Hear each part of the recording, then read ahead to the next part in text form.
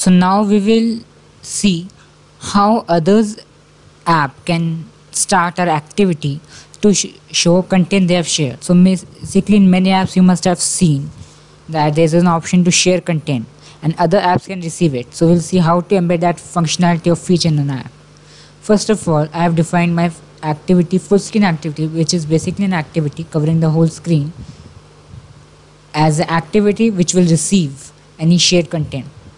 Now in your android.manifest file, locate that particular activity.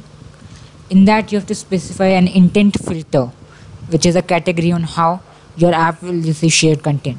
So I have specified that the action should be android.intent.action.send, means the file should be shared via the share button. Then the category is the default category, means it will be available in the default Android category and not a special category which is used by a very common apps for their inter-app details. For example, Google may use an special category of its own to enable sharing between its internal Google apps. Then we have data Android meme type is equal to text plain. So it will allows us to receive, so this activity can receive a text plain text from any other app.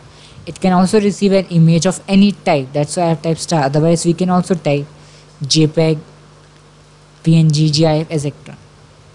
So this is my Android activity that I have described in android.manifest file.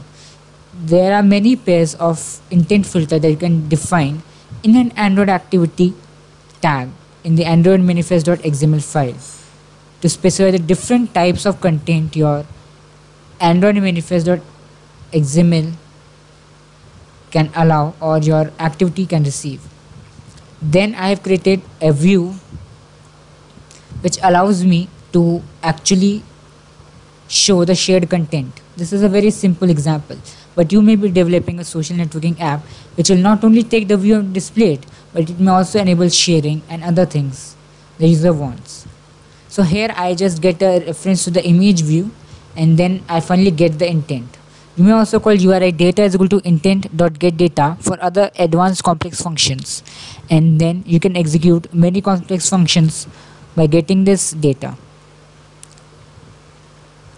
But for now we will cover a basic on how to enable sharing to our app.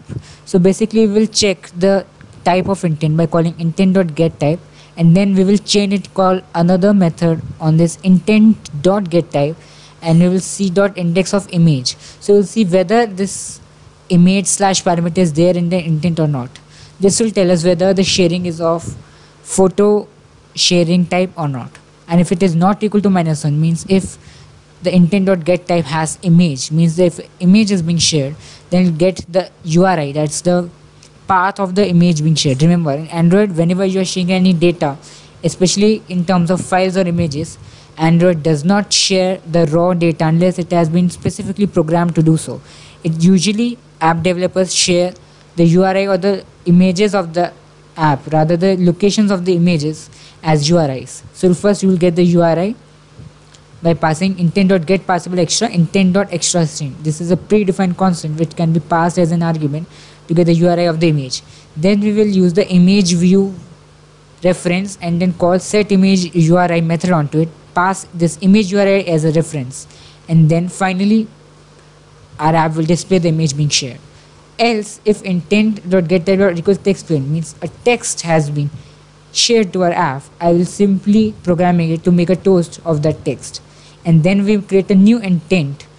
Here we are passing the first argument as my activity name and second argument as URI.passContent result URI, and then set the result of that activity as activity OK, means the sharing has been done successfully and executed successfully, so that the user can go back to the app and the app which has shared this content from itself can know that the sharing was successful. Now we'll see how the content is shared.